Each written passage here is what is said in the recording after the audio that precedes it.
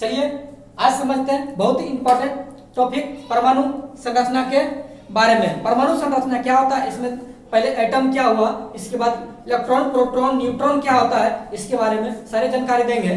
चलिए समझते हैं। पहला कहता है परमाणु सिद्धांत।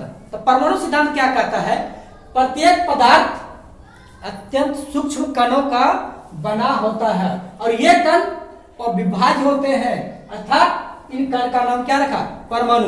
यानी कि इसका कहने का मतलब हुआ कि परमाणु जो है यानी कि छोटी छोटी कणों से मिलकर होता है, जिसका नाम क्या धारा था, पदार्थ। यानी कि पदार्थ को ही क्या कहा जाता है, परमाणु। यानी कि परमाणु का मतलब हुआ कि वैसा कण जो छोटी छोटी कणों से मिलकर बना होता है उसको पदार्थ कहेंगे और उस पदार्थ को हम परमाणु कहेंगे।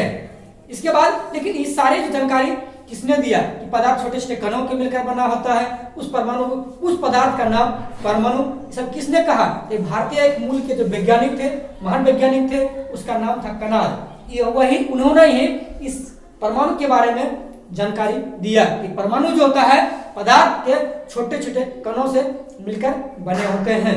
अब समझते हैं कि एटम मतलब होता क्या, परमाणु का मतलब क्या होता है। परमाणु एक क्या है, एक यूनानी का शब्द है। परमाणु क्या है, एक यूनानी का शब्द है। तो यूनानी का मतलब होता है यानी कि अर्थ होता है अविभाज्य। और अविभाज्य के बाद क्या कहा जाए, तो अविभाज्य का मतलब क्या होता है, अविभाज्य का मतलब होता है जिसको हम तोड़ नहीं सकते हैं, यानी कि इसको तोड़ा नहीं जा सकता है, उसी कहा जाता है अविभाज्य। अगर माने एक पेन है, अगर वो इस पेन को अगर हम तोड़ नहीं सकते हैं, इसको हम बोल सकते हैं क्या है, वो विभाज्य है। चलिए अब इसके बाद समझते हैं डाल्टन का परमाणु सिद्धांत। तो डाल्टन का परमाणु सिद्धांत क्या कहता है, लेकिन परमाणु के बारे में तो बता दिया था भारतीय मूल के जो वैज्ञानिक थे कनाड, लेकिन उन्होंने विस्तृत रूप से जानकारी नहीं दे पाया था, यानी कि अच्छी तरह ढंग से क्या कहते उसको बता नहीं पाया था, समझा नहीं पाया था। लेकिन एक वैज्ञानिक जो था जिसका नाम है, एक स्कूल के शिक्षक थे, इसका नाम था डाल्टन। अब पूरा नाम बोलेंगे तो जॉन डाल्टन। उन्होंने क्या कहा, परमाणु के बारे में बहुत सारी क्या क्या जानकारी दिया।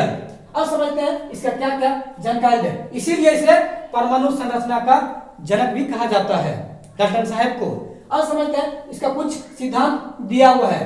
कहता है पहला सिद्धांत कहता है पदार्थ अति सूक्ष्म अविभाज्य कणों का बना होता है। सही बात, पदार्थ जो भी होता है बहुत सारे छोटे छोटे कणों से मिलकर बना होता है। अगर जैसे मान लीजिए पदार्थ है, ये बहुत सारे छोटे छोटे कण है, इसके जब थोड़ा सा जब जुड़ जाता है ये क्या थोड़ा सा बड़ा कण होता है, इसी में नाम क्या धरे परमाणु। इसलिए कहा जाता है कि पदार्थ अति सूक्ष्म और विभाज्य कणों का बना होता है। चलिए इसका दूसरा पॉइंट कहता है परमाणु रासायनिक अभिक्रिया में भाग लेता है, यानी कि जो परमाणु है क्या करता है, वो रासायनिक अभिक्रिया करता है और अभिक्रिया करके क्या करता है, कुछ न कुछ क्या करता है, यौगिक का निर्माण करता है। अब कहता है अगला तीसरा पॉइंट, परमाणु का आकार आकृति द्रव्यमान क्या होता है, ये समान होता है। तो इन्होंने कहा परमाणु का आकार आकृति द्रव्यमान ये सारे चीज क्या होते हैं, सेम होते हैं, यानी कि समान होते हैं। अगला बोला कि परमाणु को तोड़ा नहीं जा सकता है। डाल्टन ने कहा कि परमाणु को तोड़ा नहीं जा सकता है। अगर हम बोले कि मेरे से कोई पढ़ाया नहीं जा सकता है, लेकिन विद्वानों की कमी नहीं है, तो ये किसी सत्यता क्या गलत हो गया। अगर हम बोले क्या कि हम मेरे ऐसा कोई पढ़ाया ना जा सकता है, लेकिन मेरे ऐसा विद्वानों की कमी नहीं है, हमसे भी क्या करता बहुत अच्छे अच्छे क्या टीचर हैं, पढ़ा सकते हैं। उन्होंने कहा कि परमाणु को तोड़ा नहीं जा सकता है, लेकिन ढेर सारा वैज्ञानिक आया उसको तोड़ दिया। जैसे उस तोड़ा के जब तोड़ा तो क्या क्या निकला, electron, proton, neutron, photon, meson, neutrino, anti neutrino, ढेर सारा कण में क्या कर दिया, उसको तोड़ दिया गया।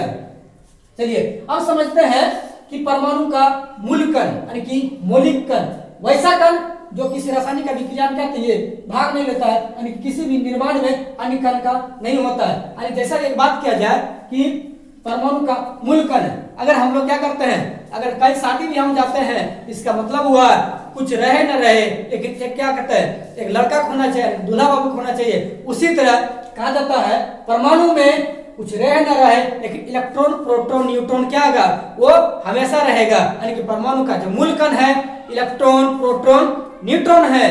परमाणु को मूल कण के दो भागों में बांटा गया है, एक बोलते हैं अस्थायी मूल कण और दूसरा बोलते हैं और अस्थायी मूल कण।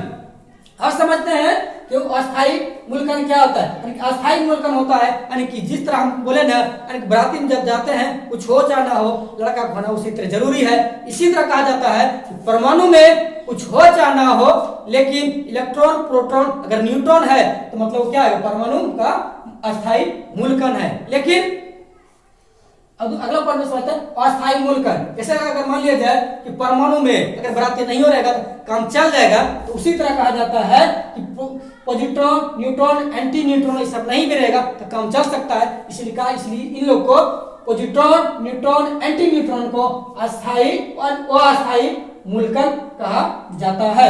अब समझते हैं परमाणु। परमाणु क्या था, आकार जो क्या था, गोलाकार होता है। इस परमाणु के अंदर प्रोटॉन प्लस क्या पाया जाता है, न्यूट्रॉन। इस प्रोटॉन प्लस न्यूट्रॉन को क्या कहा जाता है, इसको परमाणु का नाभिक कहा जाता है। लेकिन अब इलेक्ट्रॉन, इसको इलेक्ट्रॉन को क्या करता है, इस परमाणु के अंदर क्या पाया जाता है, प्रोटॉन प्लस न्यूट्रॉन, जिसको क्या नाम बोले हैं, नाभिक। इस नाभिक के चारों ओर क्या करता है, ये इलेक्ट्रॉन क्या करता है, चारों ओर चक्कर लगाते रहते हैं। इसके बाद अब समझते हैं कि परमाणु की त्रिज्या बड़ा या नाभिक की त्रिज्या बड़ा। अब समझते हैं कि अगर परमाणु का अगर त्रिज्या का बात किया जाए तो 10⁻⁻10 मीटर होता है। 10⁻⁻10 मीटर को 1 एंगस्ट्रॉम बोला जाता है। इसके बाद अगला है नाभिक की त्रिज्या। अगर नाभिक की त्रिज्या की बात किया जाए 10⁻⁻15 होता है और 10⁻⁻15 को फर्मी में मापा जाता है।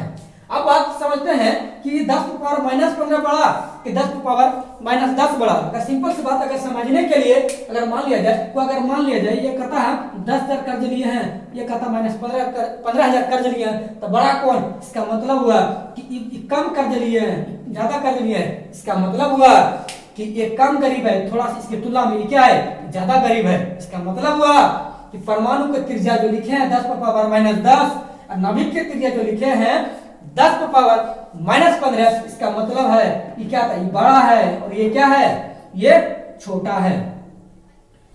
अब समझते हैं कि अगला पॉइंट कहता है जे थॉम्सन का परमाणु मॉडल क्या कहता है। जे थॉम्सन का परमाणु मॉडल जो कहता है, परमाणु की माना कैसा है, ये एक तरबूज के समान होता है।